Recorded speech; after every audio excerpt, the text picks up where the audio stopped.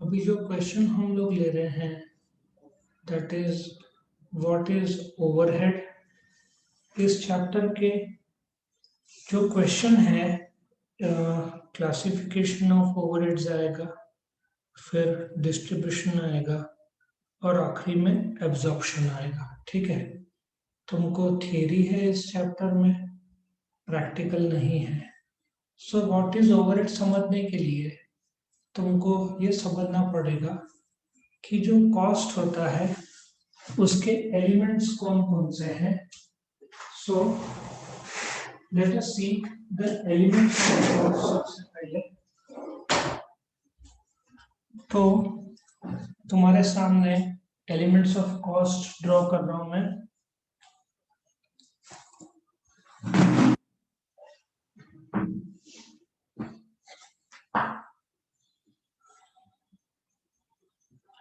Elements of cost में तीन भाग होता है। कोई भी कॉस्ट ले लो कंपनी का, उसका तीन भाग रहेगा। करेक्ट।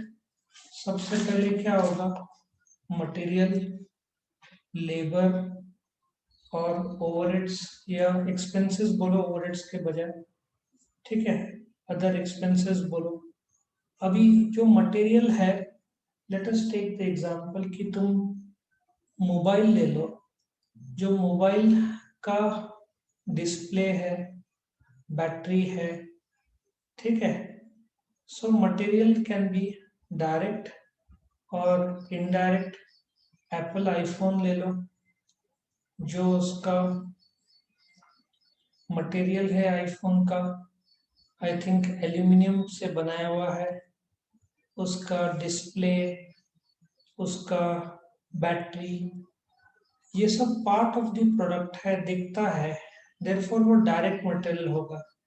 लेकिन वो लोग जो स्टेशनरी यूज करते होंगे लिखने के लिए, दिन में कितना बनाया आईफोन, ठीक है। या ऐसा सोचो, जो मशीन में बनाते होंगे आईफोन, उस मशीन को ग्रीस लगता होगा, ऑयल लगता होगा, बराबर है। क्या वो आईफोन का पार्ट है? नो, वो तो मशीन को मेंटेन करने के लिए लगता है। सो देयरफॉर वो इनडायरेक्ट मटेरियल होगा।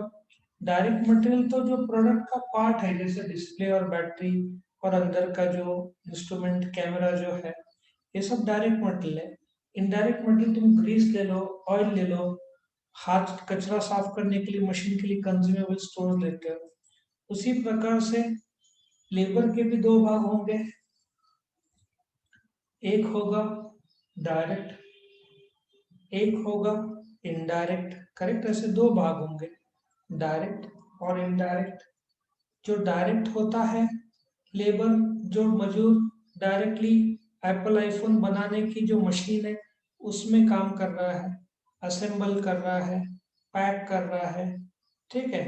सो डायरेक्ट लेबर वो है जो डायरेक्टली प्रोडक्शन में शामिल है। बट इनडायरेक्ट लेबर, ऐसा सोचो, सुपरवाइजर या फैक्ट्री इंस्पेक्टर जो चोरी ना हो इसलिए उसको रखा है, या वर्कर्स पे जो ध्यान देता है, वो खुद मैन्युफैक्चर नहीं कर रहा है बट उसका उतना ही इम्पोर्टेंस है। सो उसको इनडायरेक्ट लेबर बोलेंगे, क्योंकि वो प्रोडक्शन में शामिल नहीं है, डायरेक्टली प्रोडक्ट का पार्ट नहीं है, लेकिन फिर भी उसकी जरूरत पड़ती है फैक्ट्री में। उस प्रकार से अदर एक्सपेंसेस ले लो, जैसे कि तुम जब प्रोडक्ट बनाते हो, कोका कोला जब कोल्ड ड्रिंक बनाता है, नासिक में ताज होटल के पीछे या गेटवे के पीछे है, तो वो लोग कोका कोला का नाम यूज करते हैं तो उनको रॉयल्टी देना पड़ता है। ये रॉयल्टी डायरेक्ट एक्सपेंस हुआ, हमने कॉस्ट शीट में ऑलरेडी देखा हुआ है ये।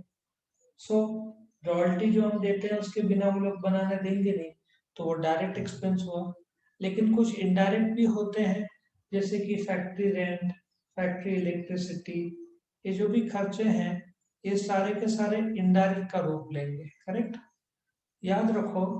सो हर एक एक्सपेंसेस का डायरेक्ट इनडायरेक्ट होता है। सो अभी जो इनडायरेक्ट है, ठीक है, तीनों इनडायरेक्ट, मैन्युफैक्चरिंग कॉस्ट में जो डायरेक्टली दिखता नहीं है लेकिन फिर भी खर्चा होता है, तो ये जो indirect material plus indirect labour plus indirect expense को टेक्निकली हम ओवरहेड्स बोलते हैं, जो डायरेक्टली प्रोडक्ट में दिखता नहीं है, बट फिर भी तुमको कॉस्ट लगता है। ठीक है, अभी क्विक एग्जांपल तुम्हारे सामने हम देंगे, ये पहले एक्सप्लेन किया हुआ है। ओवरहेड्स को तुम देन फर्दर डिवाइड कर सकते हो, जैसे हमने कॉस्ट शीट में किया था। तुमको याद होगा, हमने factory overheads, administration overheads, selling और डिस्ट्रीब्यूशन हम जो कॉस्ट शीट में लेते थे, बस ये ओवरहेड्स को आगे सब डिवाइड किया है इनटू 4 पार्ट। कौन से 4 पार्ट? फैक्ट्री ओवरहेड्स ले लो, एडमिनिस्ट्रेशन ओवरहेड्स ले लो, सेलिंग ले लो, डिस्ट्रीब्यूशन ले लो। कॉस्ट शीट में हम सेलिंग और डिस्ट्रीब्यूशन को एक ही रखते थे, करेक्ट। तो इस हिसाब से ओवरहेड्स इनडायरेक्ट कॉस्ट जो भी होता है, जो डायरेक्टली प्रोडक्ट में दिखता नहीं है बट इनकर होता है, indirect material plus indirect labour plus indirect expenses का टोटल को ओवरहेड्स होते हैं, करेक्ट। सो ये तुम्हारा व्हाट इज ओवरहेड्स था।